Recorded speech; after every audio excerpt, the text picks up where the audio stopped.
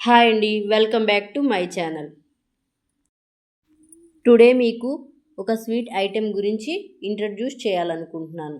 అది క్యారెట్ హల్వా. ఇందులో స్పెషల్ ఏమిటంటే విటమిన్ ఏ కలిగి ఉంటుంది. ఇది పిల్లల కంటికి ఎంతో మేలు చేస్తుంది.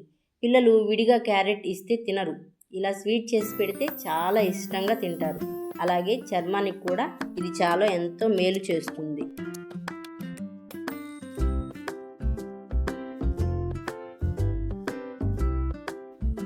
ముందుగా అయితే మనం 250 గ్రామ్స్ని క్యారెట్ తీసుకుందాం. వాటిని క్లీన్గా వాష్ చేసుకొని క్యారెట్ పైన ఉన్న లేయర్ని శుభ్రంగా తీసేసేయండి. ఇది మిక్సీలో కాకుండా చేత్తో చక్కగా తురిమి పక్కన పెట్టుకుందాం. ముందుగా స్టవ్ ఆన్ చేసి వెడల్పు ఎక్కువ మందము లోతు గిన్నెను తీసుకోండి. దానిలో 4 టేబుల్ స్పూన్ ఆయిల్ వేసుకోండి. ముందుగా తురిమి పెట్టుకున్న క్యారెట్ తురుము యాడ్ చేయండి. బాగా ఫ్రై చేసుకోండి. ఫ్రై అయిన తర్వాత దానిలో వాటర్ మొత్తం వచ్చేస్తుంది అన్నమాట. ఆ వాటర్ అంతా ఆవిరైపోయిన తర్వాత మనకి గీ అనేది పైకి తేలుతుంది. అంతవరకు వేయించుకోవాలి. అది బాగా ఫ్రై అయిపోయిన తర్వాత గీ అయితే పైకి వచ్చేస్తుంది. చూసారా, బాగా ఫ్రై అయిపోయింది. ఇది బాగా ఫ్రై అయిపోయిన తర్వాత 1 లీటర్ పాలు తీసుకోవాలి.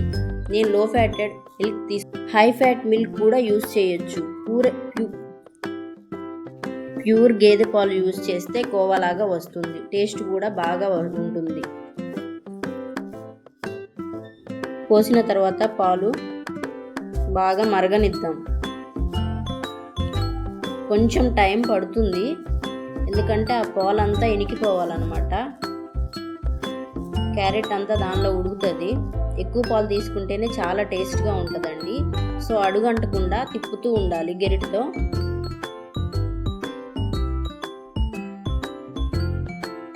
ఆ పాలు మొత్తం మినికిపోయేదాకా గరిటెతో తిప్పుతూ ఉండాలి. దాన్ని టచ్ చేయకుండా ఉంటే అడుగంటుతుందండి. తిప్పుతూ ఉండాలి. హై టు మీడియం ఫ్లేమ్లోనే ఉడికించాలి. సిమ్లో పెడితే చాలా టైం పడుతుందన్నమాట.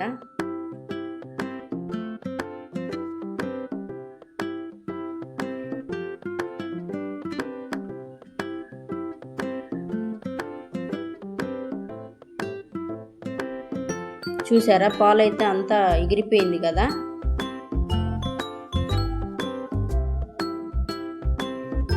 అడుగంటకుండా ఇక్కడ నుంచి బాగా చూసుకోవాలి.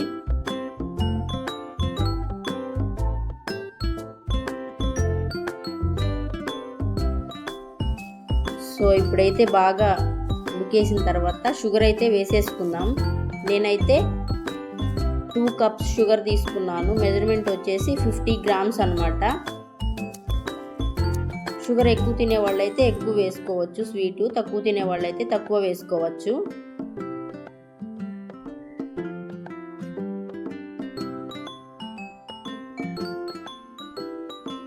షుగర్ వేసిన తర్వాత కొంచెం లూజ్ అవుతుంది క్యారెట్ హల్వా. దానిలోనే ఇలాచీ పౌడర్ కూడా వేసుకోండి.